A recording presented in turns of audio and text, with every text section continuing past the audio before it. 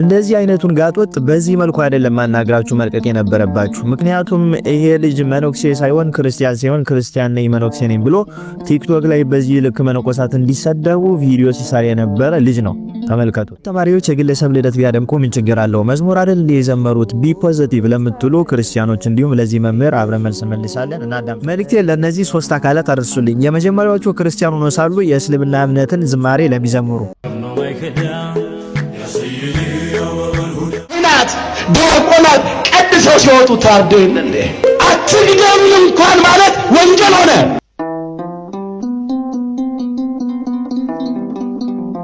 እንደዚህ አይነቱን ጋጦጥ በዚህ መልኩ አይደለም ማናግራችሁ መልቀቅ የነበረባችሁ። ምክንያቱም ይሄ ልጅ መነኩሴ ሳይሆን ክርስቲያን ሲሆን ክርስቲያን ነኝ መነኩሴ ነኝ ብሎ ቲክቶክ ላይ በዚህ ልክ መነኮሳት እንዲሰደቡ ቪዲዮ ሲሰራ የነበረ ልጅ ነው። ተመልከቱት።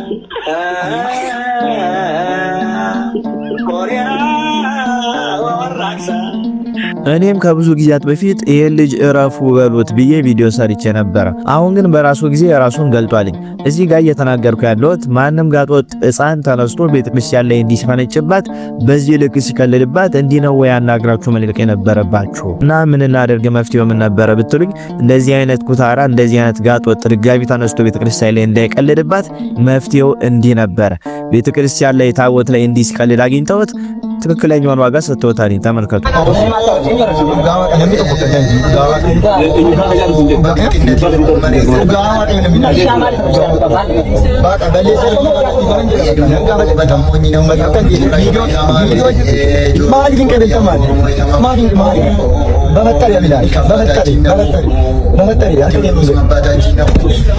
መሆን የነበረበትም ይሄ ነው። ማንም ኩታራ ጋጦጥ ቤተክርስቲያን ላይ ተነስቶ እንደዚህ ሲፈነጭባት እረፍ የሚል ህግ ከሌለ ራስህ ህጉን ማስከበር ያለብህ አንተ ነህ። ፍትህ መፍትሄ መስጠት ያለብህ አንተ ነህ።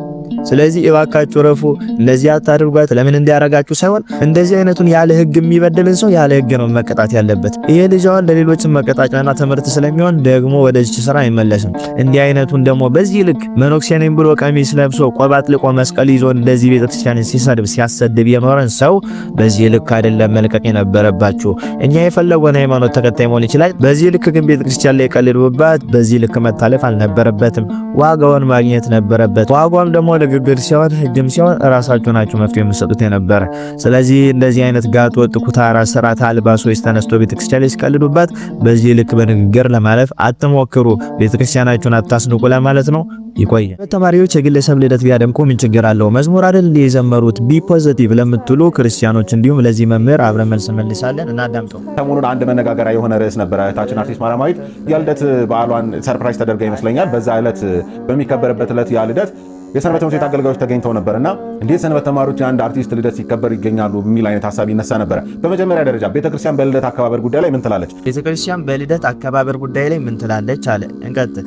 የኢትዮጵያ ኦርቶዶክስ ተዋሕዶ ቤተክርስቲያን ልደት ቀናችንን ማክበራችንም አለማክበራችን ጉዳዩ አይደለም። አክበራችንም አለማክበራችንም ጉዳዩ አይደለም። ያዙልኝ፣ ጉዳዩ አይደለም ብሏል። አክብሩም አታክብሩም አትልም ብሎ ነው የተናገረሽ። ዋናው ዳግማዊ ልደታችን ለመንግስተ ሰማያት የሚያበቃውን ያን አዲሱ ልደታችን ላይ ሞር ፎከስ አድርጋ የምትሰራ ቤተክርስቲያን ናት። ነገር ግን የልደት በዓላችንን የምናከብር ከሆነ ግን እግዚአብሔርን ደስ በሚያሰኙ መልካም ምግባራት በዝማሬ በመቁረብ በማስቀደስ ነዳያንን በማብላት የታረዙትን በማልበስ የተጠሙትን ደግሞ በማጠጣት ቢሆን ቤተክርስቲያን ምክሯ ነው። የተቸገሩትን በመርዳት በዝማሬ በመቁረብ በመመጽወት ብናከብር ቤተክርስቲያን ምክሯ ነው ብሎ ተናገረ። መጀመሪያ ላይ ቤተክርስቲያን ልደታችንን ብናከብርም ባናከብርም ጉዳዩ አይደለም፣ አክብሩም አታክብሩም ብላ አትመክርም ብሎ አሁን ደግሞ ቤተክርስቲያን በመቁረብ በመዘመር ነዳያንን በማሰብ በጎ ምግባራትን በመስራት ልደታችንን እንድናከብር ምክሯ ነው አለ።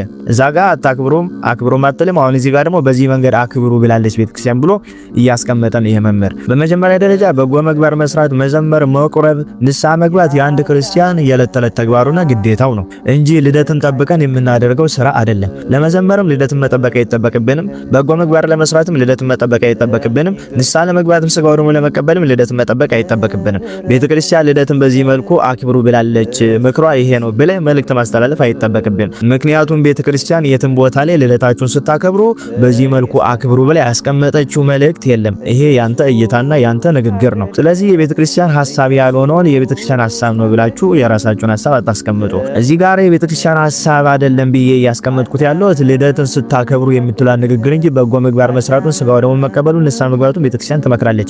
ግን ልደትን በምታከብሩበት ቀን ወይም ጊዜ እየጠበቃችሁ የሆነ ፕሮግራም ሲኖራችሁ ብላ ቤተክርስቲያን አታስቀምጥም። እንዲህ ብላችሁ የራሳችሁን ሐሳብ አትናገሩ። ሁለተኛ ነገር ቤተክርስቲያን አክብሩ ብላ ያዘዘችን ልደት አለ። የመጀመሪያው የጌታችን የመድኃኒታችን የኢየሱስ ክርስቶስ ልደቱ፣ ሁለተኛ የቅድስት ድንግል ማርያም ልደቷ፣ ሶስተኛ የቅዱሳን ልደት ነው እንጂ በምንም ታሪክ የግለሰብ ልደት ቤተክርስቲያን እንድናከብር አላዘዘችንም። እንደውም በተቃራኒው መጽሐፍ ቅዱስ ላይ በግለሰብ ልደት ላይ የተፈጠረውን ነገር ቤተክርስቲያን ታስረዳናለች። ምን ላይ ከተባለ የቅዱስ ማቴዎስ ወንጌል ምዕራፍ 14 ከቁጥር 6 አንስተን እናንብብ። ነገር ግን ሄሮድስ የተወለደበት ቀን በሆነ ጊዜ በሄሮድስ በግለሰብ ልደት ላይ በሆነ ጊዜ የሄሮድያዳ ልጅ በመካከላቸው ዘፈነች፣ ሄሮድስንም ደስ አሰኘችው። በምን ላይ? በሄሮድስ ልደት ላይ። ስለዚህም የምትለምነውን ሁሉ እንዲሰጣት በመሐላ ተስፋ አደረገላት። ሄሮድስ በልደቱ መካከል እሷ ስትዘፍን ደስተኛ ስለሆነ የፈለግሽውን ነገር ጠይቂኝ፣ ከፈለግሽ እስከ መንግስት የእኩሌታ ድረስ ጠይቂኝ፣ አልከለክልሽም አላት። በዚህን ጊዜ እርሷን በእናቷ ተመክራ የመጥምቁን የዮሐንስን ራስ በዚህ ወጪት ስጠኝ አለችው። ንጉሱም አዘነ። ነገር ግን ስለመሐላው ከእርሱ ጋር ተቀምጦ ስላሉት ሰዎች እንዲሰጧት አዘዘ። ልኮም የዮሐንስን ራስ በወህኒ ቤት አስቆረጠው። በግለሰብ ልደት ላይ የቅዱስ ዮሐንስ ራስ እንደተቆረጠ ቤተክርስቲያን በመጽሐፍ ቅዱስ ገልጻልናለች። እና የግለሰብ ልደት ማክበር ልክ ነው ወይ ብለን ስንጠይቅ ይሄው ልክ እንዳልሆነ ትናገራለች። ምክንያቱም ለቅዱስ ዮሐንስ አንገት መቆረጥ ምክንያቱ የግለሰቡ የሄሮድስ ልደት ነበርና። ስለዚህ ቤተክርስቲያን ልደታችሁን አክብሩ ብላ አትመክርም በፍጹም። እንቀጥል። ኦኬ፣ እንደዛ ከሆነ የእህታችን አርቲስት ማርያማዊት የልደት ቀን ላይ የተገኙ ሰንበት ትምህርት ቤት አገልጋዮች ነበሩና ብዙዎቻችሁንም ትንሽ ቅር ያሰኘው የነሱ እዛ ስፍራ ላይ መገኘት ነው። በእለቱ እነዚህ የሰንበት ትምህርት ቤት አገልጋዮች በዛ የማርያማዊት ሰርፕራይዝ ላይ የልደት ቀኗ ላይ በመገኘታቸው እግዚአብሔርን ለማመስገን እግዚአብሔርን ለማክበር ምክንያት ከመሆን የዘለለና በእለቱ እግዚአብሔርን በማመስገን በዝማሬ እለቱ ታስበው እንዲውል ከማድረግ የዘለለ እንደው ምን ያጠፉት ጥፋት አለ? ምን ያጠፉት ጥፋት አለ? በእሷ ልደት አማካኝነት እኮ ሰንበት ተማሪዎች እግዚአብሔርን ለማመስገን ምክንያት ሆናቸው። ሰንበት ተማሪዎች እግዚአብሔርን ለማመስገን በመጀመሪያ ደረጃ ምክንያት ይፈልጋሉ ወይ? እነዚህ ሰዎች እንደ ግለሰብ እንደ ማንኛውም ሰው ተራ ልብስ ለብሰው እዛ ላይ ቢገኙ ኑሮ እኮ ባልነደደን ነበረ፣ ባልተናገርንም ነበረ። ግን ተቋምን ወክለው ሙሉ የሰንበት ትምህርት ቤትን ተቋም ወክለው አልባስ ለብሰው የሰንበት ትምህርት ቤት መገለጫ አድርገው ነው እዛ ልደት ላይ የተገኙት። እና ችግር የለውም እያላችሁ ነው። መዝሙር እኮ ነው ምን ችግር አለው ቢዘምሩ ለምትሉ ሰዎች ነገም ደግሞ የፍቅረኛሞች ቀን ላይ ተገኝተው እግዚአብሔርን አመሰገኑ እንጂ ምን ችግር አለው? ከፕሮግራሙ ሲሆን እነሱ እግዚአብሔርን ከማመስገናቸው ነው ጉዳያችን ልትሉ ነው። ነገ ይሄ ነገር ቀስ በቀስ አድርጎ እያንዳንዱ ፕሮግራም ላይ ሰንበት ተማሪ እየተገኛልን ልደት ላይ ቫላንታይንስ ዴይ ላይ ደግሞ ቀስ እያለ ያድጋል ማለት ነው። ያኔ ምን ችግር አለው እያላችሁ ባጭሩ ተቀጭቶ ስርዓት መያዝ ያለበትን ጉዳይ በጣም ችግር የለውም በሚል አማርኛ እያበላሻችሁት ትውልዱን እየገደላችሁት ነው የምትገኙት። ስለዚህ ስርዓት ያዙ። ቀጠለና ምን አለን? ኢትዮጵያ ውስጥ ያሉ ሴሌብሪቲዎች ልደቶቻቸው እንዴት ነው የሚያከብሩት? በተለያዩ ሶሻል ሚዲያ ላይ ፖስት ያደርጉት ትመለከታላችሁ። በዘፈን፣ በጭፈራ፣ በዳንስ ይህንና ይህን በመሰለ ሁኔታ ነው አይደለ? ታዲያ ከዛና በእህታችን የልደት ቀን ከተደረገው ነገር የቱ የተሻለ ነው? የቱ የተሻለ ነው? ሌሎቹ እኮ በሙዚቃ ነበር የሚያከብሩት። እሷ ግን ለየት ብላ በዝማሬ በሰንበት ተማሪዎች ታጅባ አከበረች። እኛውን ከግለሰብ አይደለም ችግራችን፣ በተቋም ደረጃ ልክ ያልሆነ ስራ እየተሰራ ነው። ማንኛውም ሰው ያለ ሰንበት ተማሪ እኮ በስፒከር በምን ዝማሬ ተከፍቶ እኮ ይቻላል። ግን ሰንበት ተማሪዎች ተቋምን ወክሎ እዛ ጋር መገኘታቸው ነገ ደግሞ ለሌላ ተግባር መንገድ የሚከፍት ስራ ነው። ነገ እያደገ የፍቅረኛሞች ቀን የምናምናሞች ቀን ላይ ሰንበት ተማሪዎች እየተገኙ አልባስ ለብሰው ምን ችግር አለው? እግዚአብሔርን ያመሰገን ነው። ድሮ ቫላንታይን ዴይ በሙዚቃ ነበር የሚከበረው። አሁን ደግሞ ሲባል በመዝሙር ነው ያከበርነው። ስለዚህ መታየት ያለበት መዝሙሩ ብቻ ነው፣ እግዚአብሔር ማመስገናቸው ብቻ ነው አትበሉ። ቤተክርስቲያን የምትመራው በስራ ብቻ ሲሆን በስርዓት ውስጥ ሆነን ነው። ያለ ስርዓት ምንም አይነት ስራ ከተሰራ ልክ አይደለም። እግዚአብሔርም ሁሉን ነገር ያከናወነው በስርዓት ውስጥ ሆኖ ነው። ስለዚህ እዚህ ጋር ማስተዋል ያለባችሁ ነገር ቢኖር ዝማሬው ለምን ተጀመረ ሳይሆን ስርዓት ለምን ተጣሰ። ያለ ስርዓት ምንም አይነት ስራ እንዲሰራ አንፈልግም። ግለሰብ ዋጋ ችግር የለብንም። ቤተክርስቲያን ግን ልደት አክብሩ አትልም። አንደኛ።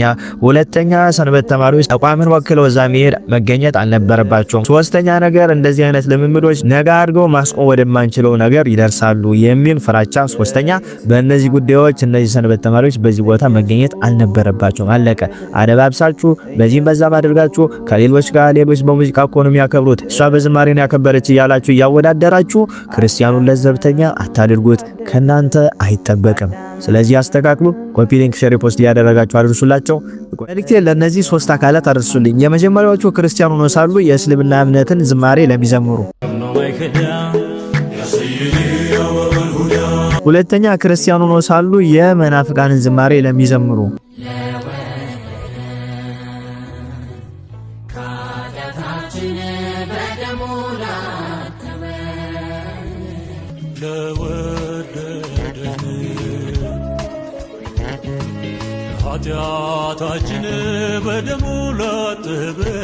ሶስተኛ ክርስቲያኑ ነው ሳሉ የታድሶን መዝሙር ለሚያቀነቅኑ ግን ክርስቲያን ለሆኑ ሰዎች አድርሱልኝ። በቤተ ክርስቲያናችን ታሪክ ኦፈሳኒት የምትባል ወፍ አለች። እቺ ወፍ የምትኖረው ባህር መካከል ነው። ትልቅ ባህር መካከል ትኖራለች። ግን የሚገርማችሁ ነገር ውሃ ሲጠማት ሂዳ ከባህሩ ወጣ ዳር ላይ ካለው ጤዛ ልሳ ትመለሳለች። ውሃ ጠምቷታል። ባህር መካከል ነው የምትኖረው። ሲጠማት ግን ሄዳ የምትልሰው ጤዛ ነው። እና ምን እያልኩ ነው? ባሕረ ጥበብ ከምትባል ቤተክርስቲያን መሃል ቁጭ ብላችሁ የመላእክትን ቅዳሴ እየቀደሳችሁ የመላእክትን ዝማሬ የቅዱስ ያሬድን ስርዓት ጠብቃችሁ እየዘመራችሁ ከዛም ባሻገር ስርዓተ ሰማይ ተሰራ በምድር የሰማይ ስርዓት በምድር ተሰራ ተብሎ በተነገረላት ቤተክርስቲያን ውስጥ ሆናችሁ ትልቋ ስርዓት በሚፈጽምባት ቤት ውስጥ ሆናችሁ እንደዛችሁ ወፍ እየሄዳችሁ እያበረራችሁ ጤዛ መልሱት። ለምንድን ነው? ከዚህ ምን ጎደለባችሁ? ሁለተኛ ነገር የምታደርጉት ነገር ከቤተ ክርስቲያን ጋር የሚጻረር ነገር ነው። እኛ የምናመልከው እግዚአብሔር ነው። ለእግዚአብሔር ከምንሰዋለት መስዋዕቶች መካከል ደግሞ አንዱ የከንፈር መስዋዕት ነው። እናንተ ሄዳችሁ የነሱን ዜማ ስታቀነቅኑ ለነሱ አምላክ እየሰዋችሁ ነው። ምስክርነት እየሰጣችሁ ነው። ትምህርታችሁን እያስተላለፋችሁ ነው። ስለዚህ እናንተ ሰዎች አሁን ቀላል ነገር አድርጋችሁ የምትስቡት ነገር በሥርዓተ ቤተ ክርስቲያን ሲዳኝ በፍትሐ ነገሥት መጻሕፍት ሲታዩ ከባድ ኃጢአቶችን እየሰራችሁ ነው። ትዕቢቱን ተውትና ለምን እንዲተባልኩ የሚባለውን ትችት ተውትና እኔ እንደ ወንድም ስነግራችሁ ከባድ ኃጢአት ውስጥ ነው ያላችሁት። ዓላማ ይዛችሁ የምትንቀሳቀሱ በዝማሬው በታድሶ በኩል የምትንቀሳቀሱ ሰዎች አላችሁ። ግን ባላዋቂነት ዝም ብላችሁ ስሜታችሁ ብቻ ስለመራችሁ የሆነ ሻርፕ ነገር ጣል አድርጋችሁ ክርስቲያኑ ናችሁ እዚህ ላይ መታችሁ መንዙማ ለምትሉ ሰዎች ነው መልእክቴ። እናንተ በዓላማ የምትሰሩ ሰዎች ቢነገራችሁም እንደማሰሙ ተስፋ አደርጋለሁ። እናንተን በሕግም ቢሆን በሌላ መንገድ ለማስቆም እንሞክራለን። ሁለተኛው ነገር ደግሞ እናንተ ባላዋቂነት እንደምታደርጉ ክርስቲያኖች ያላችሁበት ቤት ትልቅ ነው። ባሕረ ጥበባት ከምትባለው ቤተክርስቲያን ውስጥ ነው ያላችሁት። ምንም አልጎደለባችሁም። ስለዚህ ሄዳችሁ እንደዛችሁ ጤዛ አትላሱ። ከሃይማኖታችሁ ከቤተክርስቲያናችሁ ተቃራኒ ነው እያደረጋችሁ ያላችሁት። ይሄ ነገር ንስሐ ያስገባል። ቄደር ጥምቀት መጠመቅ አለባችሁ። እኛን ሰው ለእግዚአብሔር ነው። ከእግዚአብሔር ውጪ ሌላ አምላክ የለም። ሌሎች ጣዖቶች ናቸው። ስለዚህ በተዘዋዋሪ እየሰዋችሁ ያላችሁት እኛ ለማናምንበት ጣዖት ነው ብለን ለምናስተምረው ለዛ እየሰዋችሁ ነው። ስለዚህ ቆም ብላችሁ አስተውሉ። ይሄ ኃጢአታችሁ በእግዚአብሔር ዘንድ ያስፈርድባችኋል። ሲነገራችሁ ደንገጥ ብላችሁ ተመልሳችሁ ንስሐ ገብታችሁ ከዚህ ድርጊታችሁ ተቆጠቡ። ለልጅ ልጆቻችሁም ለራሳችሁም ጥሩ ታሪክ እየጻፋችሁ አይደለምና ኦፈሳምኒትን አትሆኑ። ያላችሁት ባህር ውስጥ ነው። ባህር ውስጥ ከሆናችሁ ደግሞ ከባህሩ ላይ ያለውን ውሃ ጠጡት እንጂ ከባህሩ ወጣችሁ ሄዳችሁ የማያረካችሁን ለነፍስም ለስጋ የማይሆናችሁን ጤዛ አትላሱ። ይሄን መልእክት አስተላልፉልኝ። እንዳያስጠፉት ኮፒ ሊንክ ሼር ፖስት እያደረጋችሁ አዳርሱት። እንዲሁም ደግሞ የዩቲዩብ አካውንት ከፍቻለሁ። እዚህ ላይ ያላችሁ ቤተሰቦች ዲሽራክ ቲቪ ያላችሁ ያኛውን ቤቴን እንድታሳድጉት ተጠይቃችኋለሁ። ይቆያል። አይናት ዲያቆናት ቀድሰው ሲወጡ ታርደን እንዴ አትግደሉን እንኳን ማለት ወንጀል ሆነ።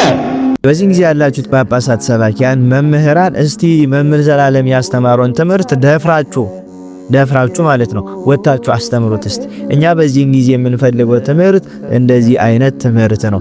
ለሚገደሉት፣ ለሚሞቱት፣ ለሚፈናቀሉት ምእመናን ድምጽ ሆኑላቸው። በዚህ ጊዜ ያላችሁ አብዛኞቻችሁ ሰባኪያን ከምእመናን ይልቅ ምቾታችሁ በልጦባችሁ ከማንም ጋር ላለመጋጨት ብላችሁ ዝምታን መርጣችሁ ቁጭ ብላችኋል። ስታስተምሩም በምንም አይነት መንገድ ለነዚህ ምእመናን ድምጽ ለመሆን እየሞከራችሁ አይደለምና እስቲ ከመምህር ዘላለም ይሄን ትምህርት ወስዳችሁ ለሚሞቱት፣ ለሚታረዱት ክርስቲያኖች አስተምሯቸው ተብላችሁ ኃላፊነት ለተሰጣችሁ ምእመናን እንዲህ ብላችሁ በሐቀኝነት አስተምሩ። አትግደሉን እንኳን ማለት ወንጀል ሆነ። ገዳዮቹ በነፃነት ያለ ምንም ጠያቂ ይንቀሳቀሳሉ።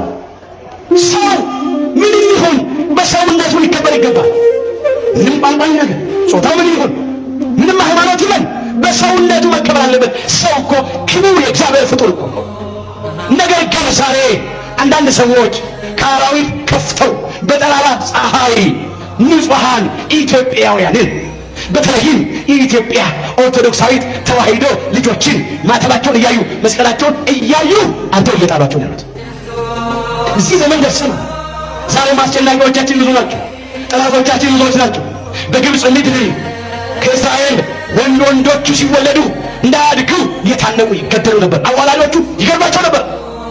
ሊቀ ነቢያት ሙሴ ሞት በታወጀበት ምድር ላይ ነው እኮ እግዚአብሔር በድንቅ ስራው ጠብቆ ሕዝቡ ያደም የተነሳው። ዛሬ ሞት ያወጁብናል። ይሄን ከዚህ ያልፈው ወገኖች ሞታችንን እግዚአብሔር መልአኩ ልኮ ለሞት ይቀይራል። ዛሬ ህማን ስናከብር እነሱ ነፃ እንደወጡ እኛም ነፃ እንወጣለን። እንዳለቀስን አንቀርም። ደማችን እንደፈሰሰ አንቀርም። ክርስቲያኖች በቁማቸው እንደ በግ እንደታረዱ አንቀርም። አብያተ ክርስቲያናት እንደቃጠሉ አንቀርም። ለሀገር ለወገን የሚጸልዩ መነኮሳት በገዳም ሲታረዱ አይተን ምን እንገራችሁ? ሁለቱን ጆሮአችንን እኮ ጨው የሚያደርግ ነገር እኮ እየሰማን እያየን ነው። ሲነው የሞት ነው ምንቆጥረው አስክሬን ነው። ድምፅ አራዊቱን ግርማ ሌሊቱን ጸባጋንንቱን ታግሰው በጾም በጸሎት በስግደት ተጠምደው ዓለምን ንቀው የሚኖሩ መነኮሳት አራዊት አስለምደው ይኖራሉ። ከአናብስት ጋር ይኖራሉ። አንዳንድ ሰዎች ግን ከአውሬ ከፍተው ገዳማቸው ድረስ ገብተው አርደዋቸዋል። ምን ያልተፈጸመ ግፍ አለ። አንዳንድ ቤተክርስቲያን ካህናት ዲያቆናት ቀድሰው ሲወጡ ታርደው የለ በጉባኤ ቤት ውስጥ ሊቃውንቱ መምህራኑ ከደቀ መዛሙርቱ ጋር አብረው ተገረሙ። ዛሬም እኮ ሌላ ፈርዖናውያን እኮ አሉ፣ ሌላ ግብፃውያን እኮ አሉ፣ በንጹሐን ደም የሚጣጠሩ አሉ። አሁንም አቤቱ አምላካችን እግዚአብሔር ሆይ እስራኤል ዘሥጋን ሊቀ መላእክት ቅዱስ ሚካኤል ልከ ከግብፃውያን ያደንክ እኛንም ከዘመኑ ግብፃውያን እኛን ኢትዮጵያን አድነን እንበለው። ያድነናል። የፊቱ መልአክ አዳናቸዋል። ዛሬም ኢትዮጵያውያንን ከጨካኞቹ ከግፈኞቹ ከነፍስ ገዳዮቹ እጅ ያድነን። መጸለይ ነው፣ መጮህ ነው፣ መማፀን ነው፣ ማልቀስ ነው። ይቆምላችሁ ብሏል እግዚአብሔር በዚህ በመከራው ዘመን። ከኛ የሚጠበቀው ወደ እግዚአብሔር ማልባት ነው። ፈርዖንና ሰራዊቱን በኤርትራ ባህር ያሰጠመው ያ የኤርትራ ባህር ውሃ ብቻ እንዳይመስላችሁ የነ ራሔል እንባ ነው። ልጆቻቸው የተገደለባቸው የእስራኤል እናቶች እንባ ነው።